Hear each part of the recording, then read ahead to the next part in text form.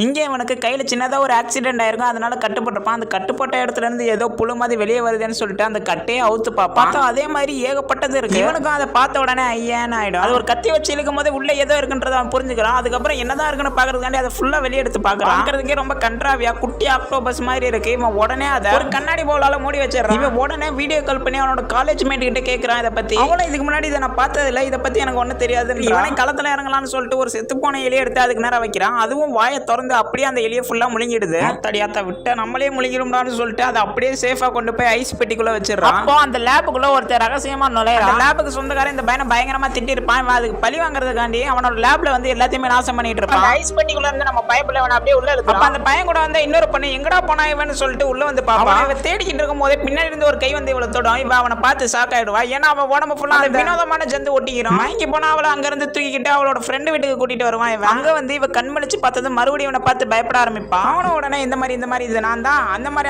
அந்த விசித்திரமான ஜந்து எம்மல வெட்டிக்கிச்சு அப்படின்னு சொல்லுவான். அதுக்குள்ள அவளோட ஃப்ரெண்டு வந்துருவான். நீ தானடா இவளோட பைபெஸ்டி, ஒன்னதாண்டா இவ்வளவு நாளா தேடிட்டு இருந்தேன். எப்பெல்லாம் புரட்டி எடுக்கலாம்னு நினைச்சேன், அப்பெல்லாம் நீ உன்னை புரட்டி எடுக்கிறான்னு சொல்லிட்டு அவனை புரட்டி எடுத்துக்கிட்டு இருக்கான். இவன் என் ஃப்ரெண்டை இப்பெல்லாம் நீ அடிக்காத அப்படின்னு சொல்றான். ஏன் ஃப்ராகுக்கு சித்தப்பா மாதிரி இருக்கான், இவன் உன்னோட ஃப்ரெண்டா அப்படின்னு இவன் சொல்றான். ஃப்ரெண்டை பத்தி தப்பா பேசினா எனக்கு பிடிக்காதுன்னு சொல்லிட்டு அவன் மேல தொங்கிட்டு இருந்த காரை அவன் மேல இறங்கிடுவான். அவனும் நெஞ்சு பென்டென் படத்துல வர கூப்பு மாதிரி ஆயிடும். அதே படத்துல இன்னொரு எலினோரும் பாத்தீங்களா, கருப்பு மற்றும் பச்சை வெள்ளை ஏதாச்சும் ஒரு பொருள் மேல உட்காந்து அந்த பொருள் ஆக்கிரமிக்குமோ அதே மாதிரி இவன் கார் மேல உட்காந்து கார் ஆக்கிரமிச்சிட்டான்.